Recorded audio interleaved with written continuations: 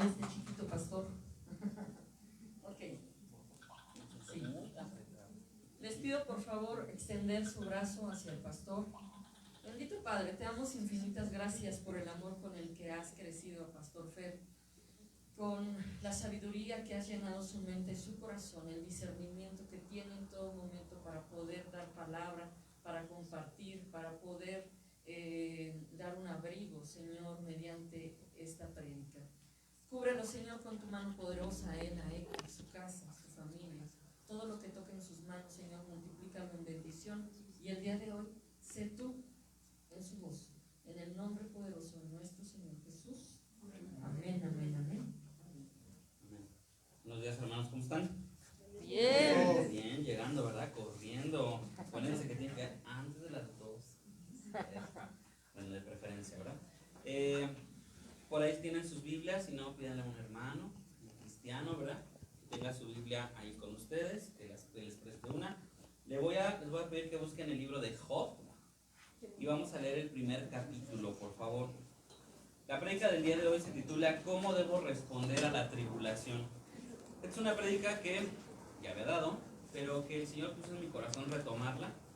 Hemos estado hablando tanto aquí como en la sede de Oriente acerca de dejarnos llevar por el Espíritu Santo, de dejar que el Espíritu tome nuestra vida, de dejar que el Espíritu Santo sea esa persona de ese Dios en el que creemos que nos va a dar dirección. Ha habido un común denominador últimamente el pedir que Dios nos dé dirección, ¿no? ¿Qué es una dirección? ¿Qué es pedir dirección? Cuando tú sales de aquí y te pierdes, ¿no? Veníamos escuchando hace ratito en la combi, que le decía a una señora a otra persona que lanzó la pregunta, ¿verdad? ¿Cómo llego a tal metro, no? Y entonces una persona le dio una dirección equivocada, sí nos dimos cuenta, que le dijo que tomara un metro que no estaba en esa línea donde íbamos a llegar. Entonces, si a ti te dan un domicilio incorrecto, te dan una dirección incorrecta, no vas a llegar al lugar a donde tienes que llegar. Para nosotros, nuestro mapa, nuestra guía Roji, nuestro, ¿cómo le llaman ahora del Google Maps? Nuestro Waze, es la palabra de Dios. Entonces, si lo que tú quieres es dirección en tu vida, si tú no abres tu Biblia y tú no buscas lo que la palabra de Dios dice para ti, va a ser muy difícil que esa dirección la puedas seguir y te vas a perder. Y entonces no vas a llegar al domicilio al que quieres llegar. La meta ya la conocemos, dice Pablo, ¿no? Y que por tanto disfrutemos de la buena carrera. Es decir, tenemos que saber llegar a través de ese camino. Ahora, sabemos que el Señor es el camino, la verdad y la vida. Entonces,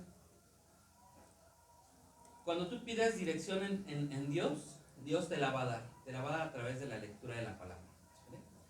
Otra de las preguntas que también muchas veces nos hacen es ¿cómo respondo ante los problemas, ante la tribulación? Si yo espiritualmente me quiero conectar con Dios, tengo que saber que este mundo, primero que nada, es imperfecto. Dios es perfecto, pero esta vida que nosotros tenemos es imperfecta. Va a haber cosas que van a salir bien, va a haber cosas que van a salir mal. Ya lo vimos hace ratito.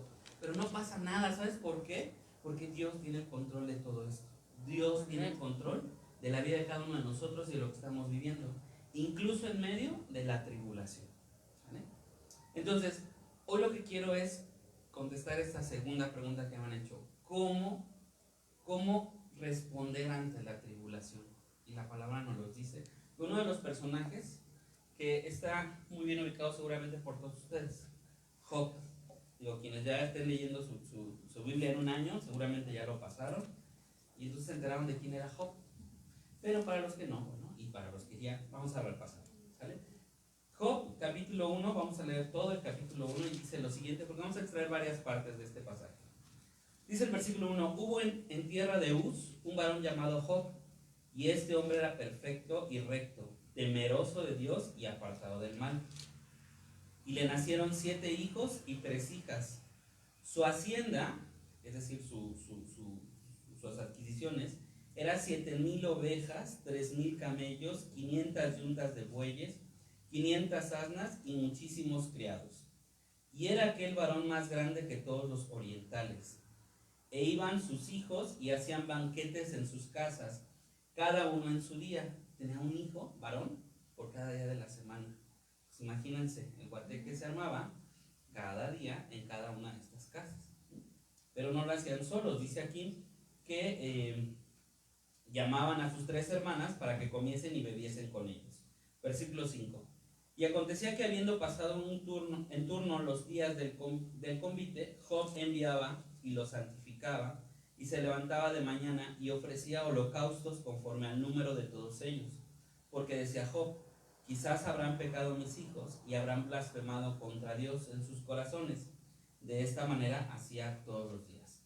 Es decir, un buen padre siempre se preocupaba por la bendición de sus hijos y los bendecía todo el tiempo.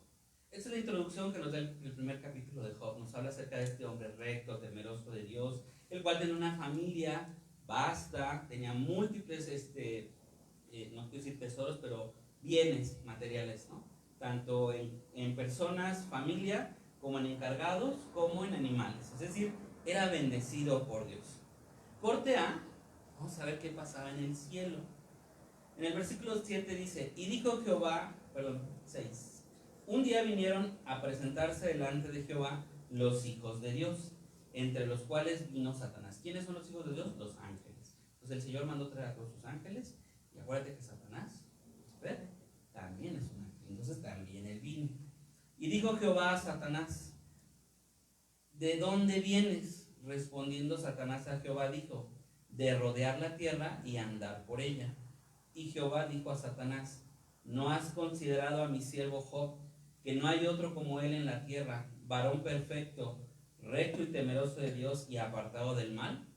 Respondiendo Satanás a Jehová dijo, ¿acaso teme Job a Dios de balde? ¿No le ha acercado alrededor de él y a su casa y a todo lo que tiene? Al trabajo de sus manos has dado bendición, por tanto sus bienes han aumentado sobre la tierra. Satanás sabía de lo que Job tenía, de la bendición que tenía. Y aquí viene una situación. Versículo 11. Pero extiende ahora tu mano y toca todo lo que tiene y verás si no blasfema contra ti en tu misma presencia. Jehová dijo a Satanás, he aquí, todo lo que tiene está en tu mano, solamente no pongas tu mano sobre él. Y salió Satanás de delante de Jehová.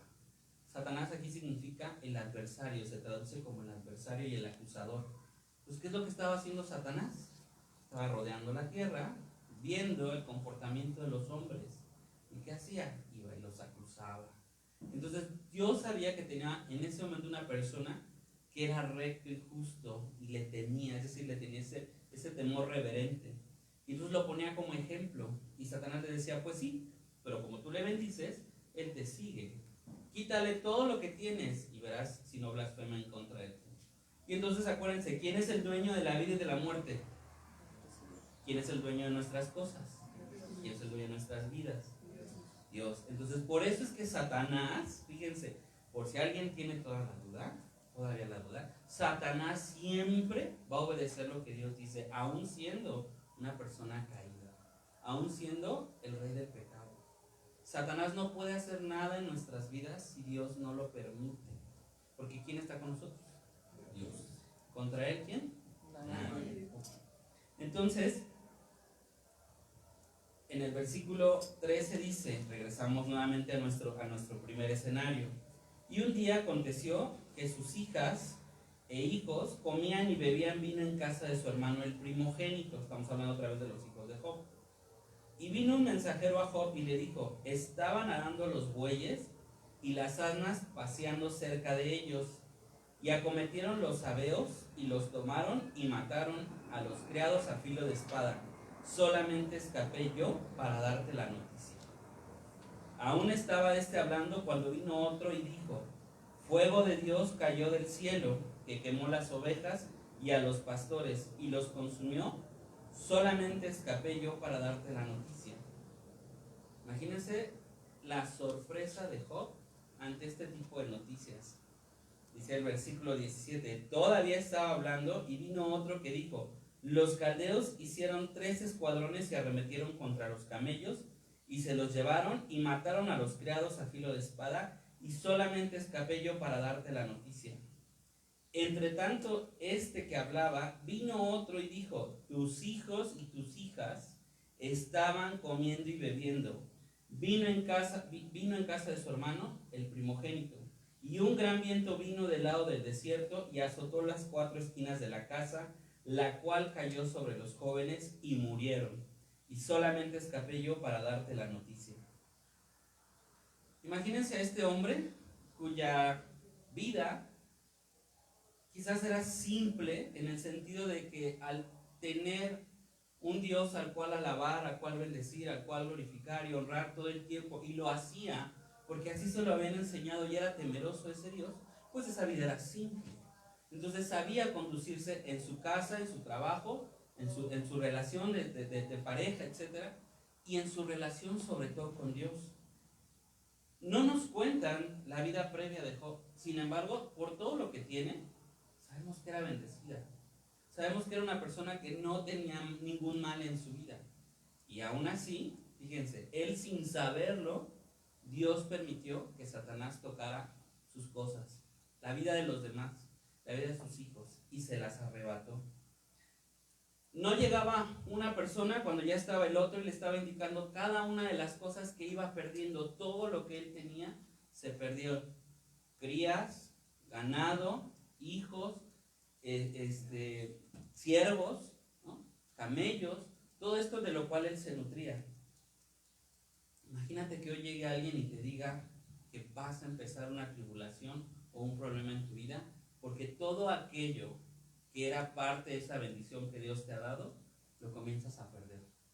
Pierdes tu trabajo, pierdes tu familia, pierdes tu economía, pierdes a tus amigos, pierdes familia, ¿no?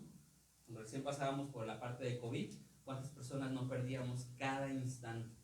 Y aún así, henos aquí, todos nos levantamos de esos golpes, todos nos levantamos de esas tribulaciones. ¿Por qué? Porque Dios fue bueno con nosotros y porque entendimos que teníamos que pasar por ellas. Era una prueba de fe. Fíjate entonces cuando pides dirección lo que hizo Job ante el problema o ante la tribulación. El versículo 20 dice: entonces Job se levantó, rasgó su manto y rasuró su cabeza, y se postró en tierra y adoró. Este es el versículo sobre el que va a versar hoy la prédica. Quise leerles el capítulo para que tengan el contexto. Esto es la dirección que Dios nos da ante una tribulación. Levantarnos, rasgar nuestros mantos, rasurar nuestra cabeza, postrarnos en tierra y adorar. Y dijo: desnudo salí del vientre de mi madre y desnudo volveré a ella. Jehová dio y Jehová quitó, sea el nombre de Jehová bendito. En todo esto no pecó Job, ni atribuyó a Dios despropósito alguno. Es decir, Dios tiene en cada uno de nosotros un propósito. Dios quiere hacer algo con nuestras vidas. Pero imagínate que esa vida sea tan monótona, ¿no? Tan llena de bendiciones, diría yo, que si Dios no nos pone esa sal, ¿no? Esas pruebas en nuestras vidas, será una vida muy simple, será una vida muy fácil. Y no es que Dios, insisto, quiera que nosotros suframos. Hay un propósito en el sufrimiento, hay un propósito en la tribulación. Nunca puedes pensar que todo lo que Dios permite en tu vida no tiene ese propósito. Todo lo que tú vives tiene un propósito de vida, tiene un propósito para que tú crezcas, para que tú des algo más, para que tu adoración sea más fidedigna, para que tu adoración exalte más el atributo de Dios que te está mostrando. Hace muchos años, algunos años, cuando yo llegué, pasaba por algunos problemas y yo recordé lo que Liliana me dijo. En aquel entonces, Liliana, la pastora, me dijo: a lo mejor lo que vas a pasar no es lo mejor para tus ojos o para tu corazón, pero para Dios es lo perfecto. Y tú tienes que estar apacible, estar en fe y descansando en Dios.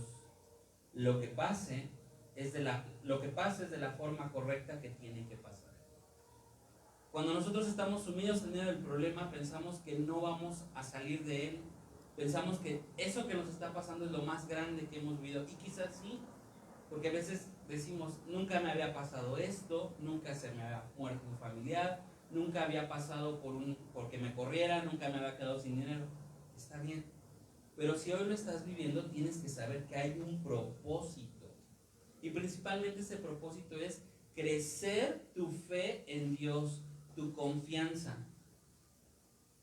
Imagínate esta señora de la mañana que le dijo, que lanzó la pregunta y alguien le dijo, váyase por aquí, váyase por allá. Ella confió. Te aseguro que la señora sigue perdida ahorita en el metro. ¿Cómo creen que estará su confianza en esa persona? Destruida, ¿no? Porque ella confió. Entonces nosotros tenemos que ver dónde vamos a depositar esa confianza. Y nuestra confianza siempre tiene que estar depositada en Dios para que nuestra fe, nuestra unión, nuestra comunión con Él crezca. Para que cada vez que Él nos dé una palabra, nosotros podamos seguirla sin dudar de ella. Hay muchos personajes en la Biblia que tienen una fe que son ejemplos para nosotros. Abel puso su fe en la ofrenda que daba a Dios. Él no dudaba de poner lo mejor para Dios y entregárselo. Enoc tenía tanta fe que caminaba con Dios. ¿Alguna vez tú has sentido que vas en la calle y vas caminando solo y que de repente alguien te acompaña y te sientes lleno de paz y de amor? Ese es Dios que va contigo, ¿sabes? Ahora imagínate que todos los días le buscas, pues con más razón vas a sentir ese caminar con Dios. Noé creció su fe en la obediencia. Le pidieron que construyera un barco, una arca, en medio del desierto, donde nunca había llovido, ¿no? Porque la palabra dice que hasta ese momento las puertas del cielo fueron abiertas y cayó agua. Entonces quiere decir que a lo mejor nunca había llovido. Y él estaba construyendo algo que nadie creía que fuera lógico. Y aún así, él lo hizo. Abraham, nuestro padre de la fe, la palabra, creyó en la promesa de Dios, creyó en la herencia. Hoy tú y yo somos parte de esa herencia, parte de esa promesa que Abraham fue dado. Entonces, la fe es algo que nosotros tenemos que seguir alimentando, es parte del fruto del Espíritu. Hablábamos en la semana de que el Espíritu es esa parte que nos hace conectarnos con Dios. Nuestro espíritu estaba muerto, pero cuando recibimos a Cristo en nuestro corazón, ese espíritu se vivificó, volvió a nacer, volvió a estar vivo. Cristo fue el puente entonces para que el Espíritu Santo viniera a nuestras vidas y volviéramos a estar en contacto con Dios. Y entonces ahora hay una lucha entre tu carne y tu espíritu, y el alma es la que queda en medio, porque tus emociones, tu pensamiento, tu intelecto, tu razón, no sabe qué hacer, tus instintos. ¿Seguimos la carne, que me va a dar placer momentáneo, o seguimos lo que Dios nos dice? Sin embargo, ese espíritu cuando renace o cuando vivifica es un bebé. Pues tú tienes que alimentar tu espíritu constantemente para que empiece a crecer. Y entonces esa lucha ya no va a estar tan desigual. Ya vamos a tener un espíritu maduro versus un cuerpo que ha tenido todo el tiempo del mundo, ¿verdad?, para llenarse de sus deleites, y lo vamos a frenar. Y nuestra alma va a estar atada al espíritu. Recuerda que el alma y el espíritu son cosas que están unidas, son parte de nuestra existencia inmaterial, no la vemos. Pero cuando nosotros muramos, este cuerpo va a desaparecer. Y después va a ser nuevamente reconstruido, pero para estar en la gloria de Dios. Entonces, imagínate que si yo no tuviera fe, ¿cómo yo te podría decir con seguridad que esto va a pasar? Si tú no tuvieras fe, ¿cómo vas a tener la seguridad de que esto va a pasar? Entonces, la fe es la confianza que nosotros depositamos a Dios. Si bien la felicidad nos va a traer alegría, los problemas casi siempre nos traen tristeza. Entonces debemos de saber que la tristeza también tiene su propósito. Imagínate que Dios, cuando nos estaba construyendo, hubiese dicho, no le vamos a poner tristeza, no le vamos a poner enojo, no le vamos a poner frustración. Pues seríamos personas muy simples realmente. Pero Dios quería que fuéramos algo más que toda la creación que ya había hecho. Él ya había creado a los ángeles o a los seres espirituales. Y aún así todavía perfeccionó más. Nosotros somos imagen y semejanza del Señor. Quiere decir que también tenemos esas emociones que Él tiene. Tú lo puedes leer en su palabra. El Señor se enoja. El Señor se frustra. Imagínate nada más de vernos todos los días haciendo lo que no debemos. Híjole. Él mismo se debe decir, sé paciente, Dios, sé paciente. No mandes el fuego todavía. No lo vayas a consumir. No la vayas a consumir todavía, ¿no? Entonces, Él ha puesto incluso esos sentimientos en nuestra existencia para que podamos nosotros salir adelante y aprendamos. En Job 1 vemos entonces cómo Dios había realizado un plan perfecto y la respuesta que Job tuvo es la respuesta que nosotros debemos tener ante toda tribulación. Entonces, ¿cómo debo responder ante una tribulación? Que era el título de la prédica. Es con adoración. Y habíamos dicho en la prédica de Oriente que la adoración es un estado de ánimo. Es la actitud que yo debo de tener ante los problemas y ante los no problemas. Yo no nada más debo de adorar cuando dice la canción estoy arriba en el monte, sino también debo de adorar abajo cuando estoy en el valle de sombras. Porque Dios pone cosas, pone viandas, pone bendiciones delante de nosotros, aún en medio de esos valles de sombra. Fíjate entonces lo que Job hizo para poder responder también con adoración. O sea, la adoración es el resultado de esa respuesta. Pero hay pasos previos. Número 1, dice que Job se levantó. Es decir, se apartó de aquellas personas que lo estaban hostigando con tantas malas noticias. Se murieron tus bueyes, se murieron tus camellos, se murieron tus siervos, se murieron tus hijos. Todo lo que tenías lo acabas de perder. O sea, imagínate la bruma de problemas que estaban llegando en ese momento. ¿Y qué es lo primero que uno quiere hacer cuando le están dando una mala noticia? Calla, no digas más. Lo que quiere salir es a correr y huir. La diferencia entre el mundo y nosotros es que el mundo corre y se aparta. Corre y se sume en su tristeza. Corre y se aleja de todos. Y se mete a su pensamiento de tristeza. Job no. Job se levantó y ¿qué hizo? Fue a buscar a su Señor. Fue a buscar un espacio donde tener una convivencia con ese Padre al que tanto respetaba y al que tanto temía. Insisto, el temor no es miedo, es respeto en este caso. Entonces, ese temor reverente era lo que necesitaba en ese momento. Una vez que entonces se levanta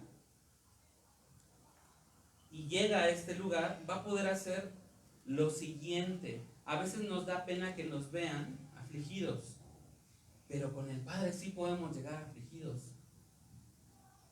A veces nos da pena que el mismo Padre, el mismo Dios, nos vea tristes, afligidos. ¿Y qué hacemos? No vamos a la iglesia, no hablamos con los consejeros, no pedimos ayuda psicológica, no buscamos una alabanza, una prédica, algo que nos haga que nuestro espíritu, insisto, un estado de ánimo crezca, si no, nos vamos al estado de ánimo contrario. Lo siguiente que hizo Job fue rasgar su manto y rasurar su cabeza. Job estaba muy triste. No solo triste, es muy triste. Yo creo que es la tristeza más grande que en ese momento Job había vivido en su vida. Todo lo que tenía, lo perdió.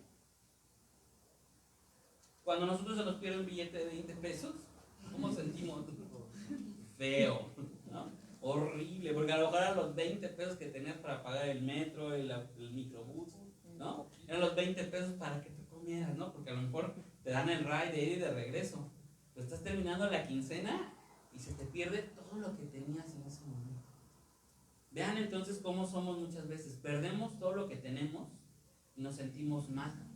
Y no somos como aquella señora ya grande, ya mayor, aquella viuda que tenía 2 monedas nada más y las perdió por dárselas al Señor. Y fue la que más dio. Es decir, cuando tú pierdas todo, aún lo que te quede, se lo tienes que entregar a Dios. Y si eso que te queda es tiempo, oraciones, palabras, ¿no? Tu propia tristeza, entrégasela a Dios. ¿Vale?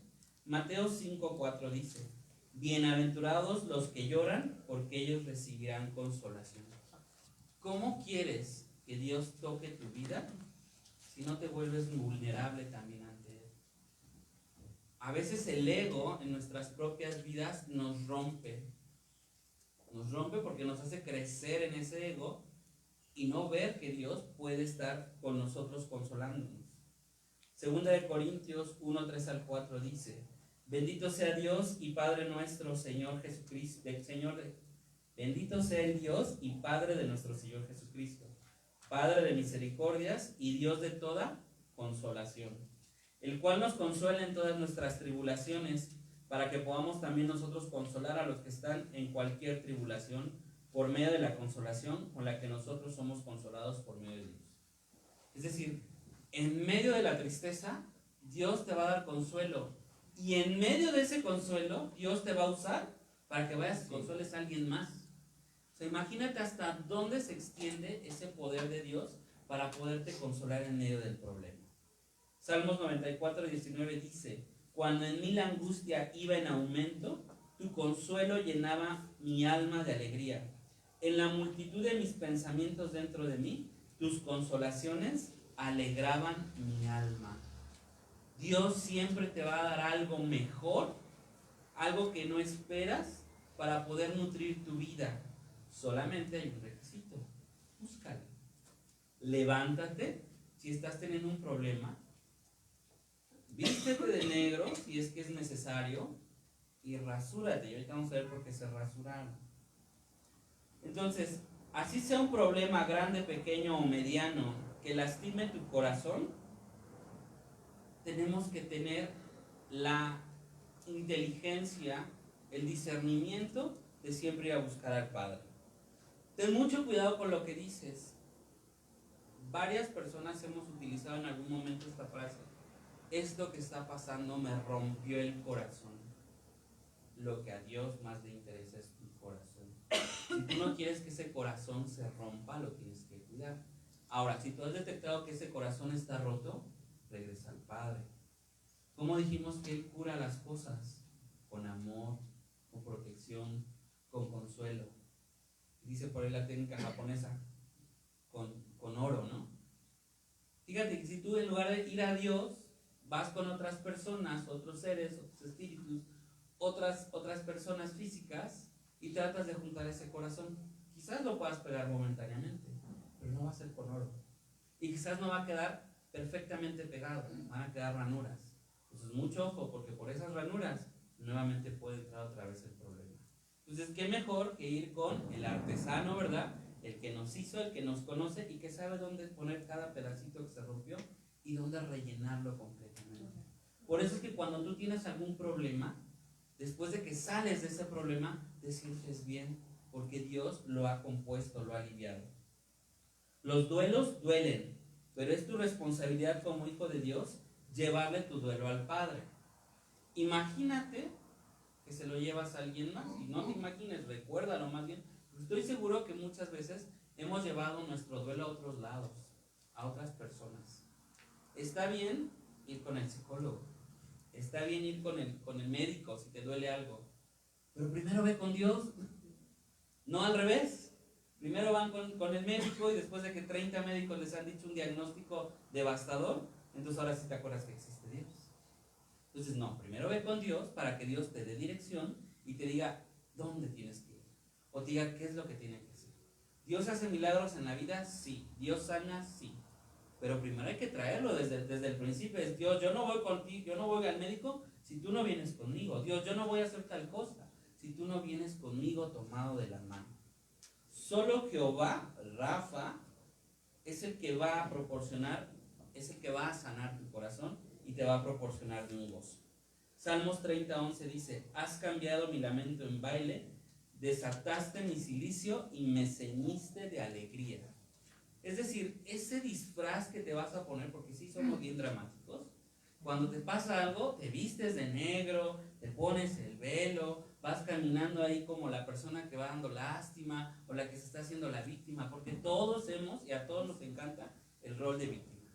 ¿Por qué? Pues porque la gente te ve, aunque sea por lástima. La gente te ayuda, aunque sea por lástima. Dios te ayuda por amor. Y entonces Él va a llegar y te va a decir: a ver, ese cordoncito, esa capita, ese velito, te lo va a quitar. Pero te lo va a quitar porque te va a consolar, porque te va a dar nuevas fuerzas, también dice la palabra. La gente antes se rasuraba la cabeza porque el rasurarse, quitarse el cabello, significaba el tiempo que debía durar un duelo. Y eso era hasta que el cabello volvía a crecer nuevamente. Se dice que ese crecimiento aproximadamente era de 30 días.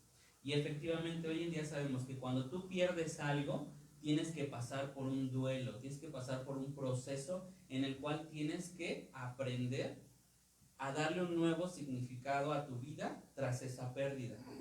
Si tú no has hecho ese proceso de duelo, es muy difícil que tú avances, porque lo vas a ir arrastrando. Nosotros decimos que lo aventamos en nuestra mochilita de la vida.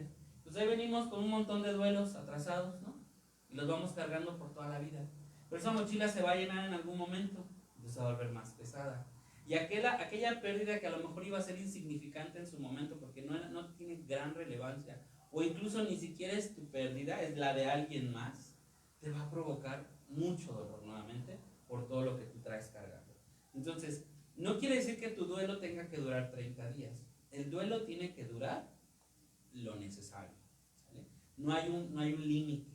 Nosotros les decimos que un duelo por una pérdida, dependiendo de la pérdida, ¿verdad?, puede ser hasta de 6 meses a un año bien llevado. Pero tú sabes desde el principio que estás en ese proceso de duelo. Si estás en la fase de negación, de saber que perdiste algo y no quieres aceptar que sí perdiste eso, entonces te va a llevar más tiempo, se va a cronificar. Y entonces esa dirección a la que tú quieres llegar, quizás Dios te la pueda marcar, pero no puedas avanzar porque tú sigues negado todavía esa pérdida. Entonces, vestirte de duelo y rasurarte para poderlo enseñar, también es bueno, pero ¿a quién se lo vas a ir a mostrar? A Dios, no a los demás. Los demás lo vamos a notar, sí, pero es muy bonito ver que una persona está pasando por un duelo, pero se lo está entregando a Dios. Y Dios va a ir sanando su corazón poco a poco. Tercera cosa que hizo Job, se postró. Es decir, se humilló y se sinceró llevando a los pies de Dios su dolor. Hay una canción que dice que no hay lugar más alto y más bello que estar a tus pies. ¿Cuál es nuestro lugar en el corazón? Bueno, en Dios es estar en su corazón, pero ¿cuál es nuestro lugar cuando nosotros vamos a pedirle algo a Dios? A sus pies. Humillados no porque estemos siendo así lastimados por Él, sino reconociéndonos por lo pequeño que podemos ser y por lo grande que es Dios y que nos va a llenar. Reconoció que solo Dios es capaz de darle las fuerzas que necesitaba. Y una vez que Dios te da esas fuerzas, entonces puedes hacer la cuarta cosa. Sin embargo, negarse a adorar también nos va a traer problemas. Porque si tú no adoras a Dios, tu problema va a seguir creciendo, tu dolor va a ser más grande, tu pérdida la vas a cronificar. Entonces es importante que reconozcamos que tenemos que ir como estemos y decirle al Señor que somos lo que Él quiere hacer con nosotros y nos reconocemos pequeños ante Él. Nos postramos, nos humillamos. Fíjate, Job no adoró aquello que perdió. Job adoró a su Dios, que le daba el gozo de saber que todo estaba en su control, a pesar de ya no tener las cosas. No adoró a sus bueyes y a sus burros, que eran fuente de negocio y fuente de trabajo. No adoró a sus ovejas, que eran fuente de comida, que eran para dar sus ofrendas y los holocaustos al Padre. Y no adoró a gente importante como pudieran ser sus pastores o sus hijos. No les lloró tanto tiempo. Obviamente pasó tristezas.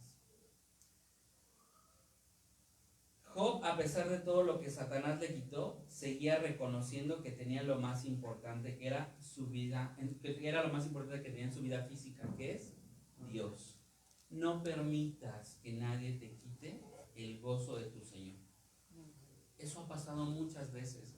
La gente se desvía por seguir esas indicaciones de otras voces y pierde lo más importante, que es la voz de su Señor. Cada vez que tú tengas un problema, tienes que acercarte al Padre. Cada vez que tú tengas una tribulación, tienes que estar más pegado con Dios, porque es el que te va a dar la dirección, es el que te va a decir a dónde, cuánto tiempo. Cuando tú empiezas a escuchar esa voz, te trae calma, porque dices, todo está mal, pero esto va a acabar en algún momento. ¿Cuándo? Cuando Dios lo disponga. Si nos vamos a andar tantito, pero si nos vamos al capítulo 2, ¿qué es lo que pasa? Que ese acusador vuelve a ir con Dios y le vuelve a decir, pues no tocaste su vida, Toca su vida y verás cómo sí va a desobedecerte y va a blasfemar. Y entonces Dios le da permiso a Satanás de tocar la salud de Job, mas no su vida. Y entonces cuando Job, dicen por ahí, ahora sí siente, ¿verdad?, lo que es el verdadero miedo, porque lo demás era externo, pero lo que empieza a vivir ahora es interno.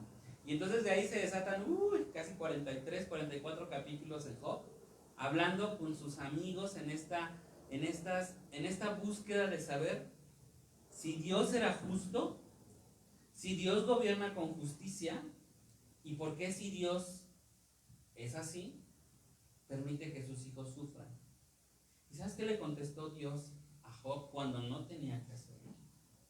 Primero le demostró que Él es un Dios justo, y le demostró llevándolo a ver toda la creación. Job veía el problema chiquitito, Dios le enseñó todo el universo que Él tiene que ver. ¿Dónde estabas tú?, le dijo a Job, cuando yo creé los cielos y las estrellas. ¿Quién eres tú para venirme a pedir a mí cuentas? Si yo quiero que vivas, vives. Si yo quiero que mueras, mueres. ¿No?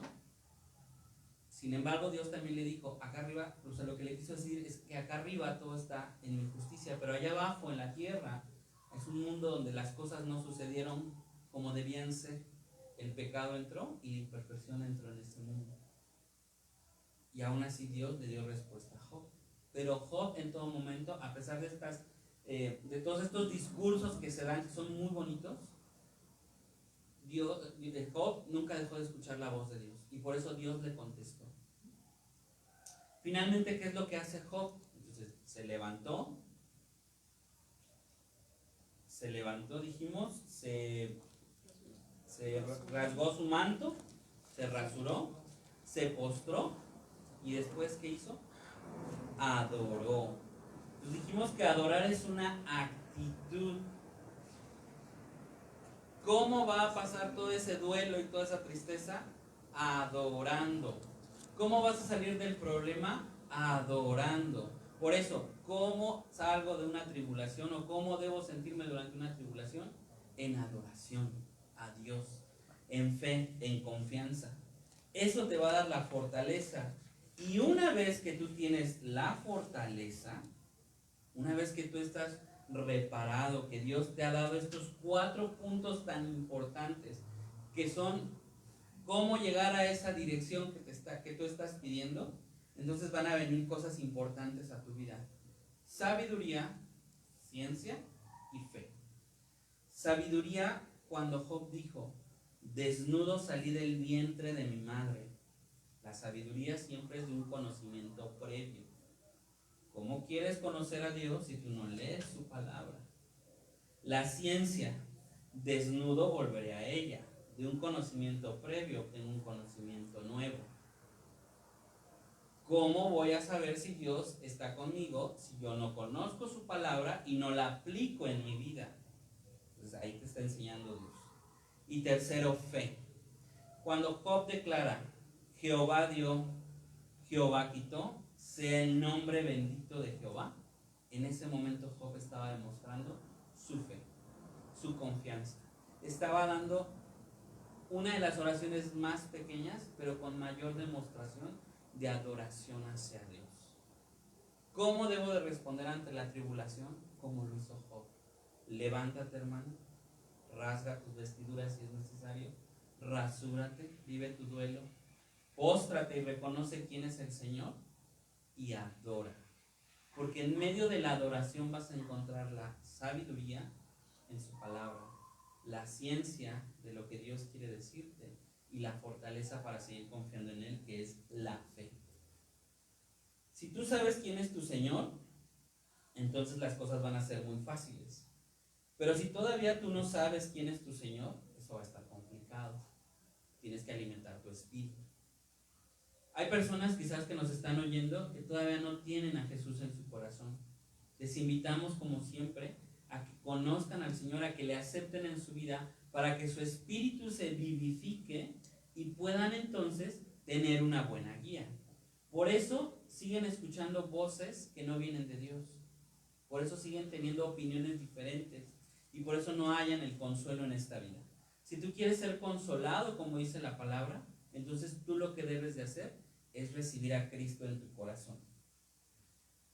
Con esto entonces, tú vas a tener lo mejor que podemos tener en la vida, que es lo mismo que Job tenía, al Padre. La confianza absoluta en que todo va a estar bien. Adorar a Dios es muy fácil. Solo tienes que prender el botón que todos traemos y con el que todos fuimos creados. Fe, adoración.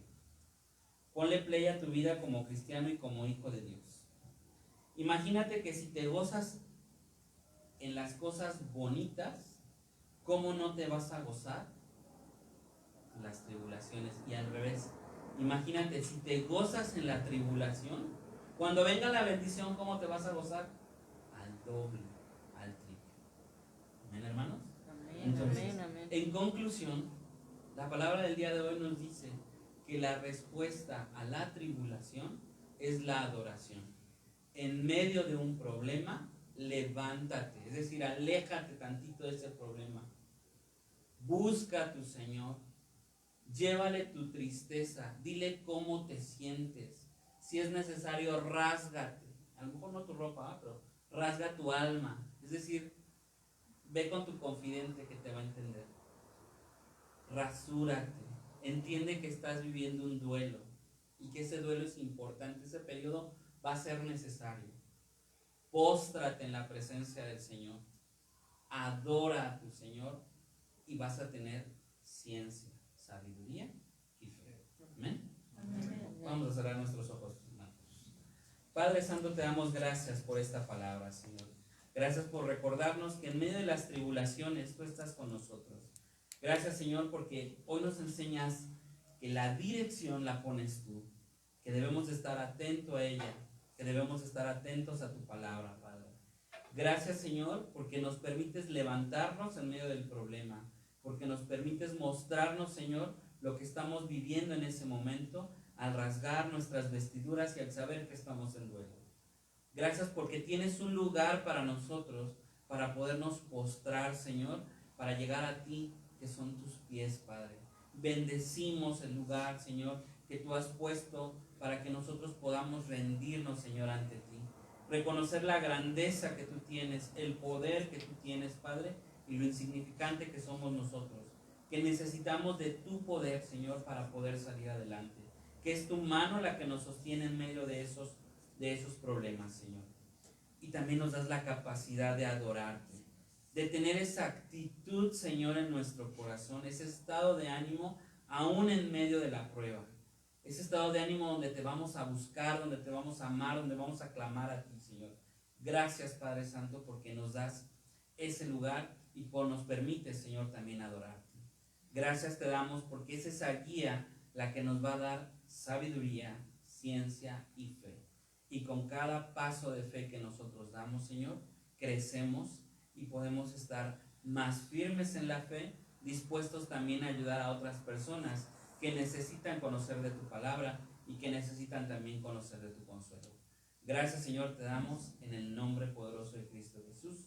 Amén. Amén, amén. Dale un fuerte aplauso al Rey de Reyes.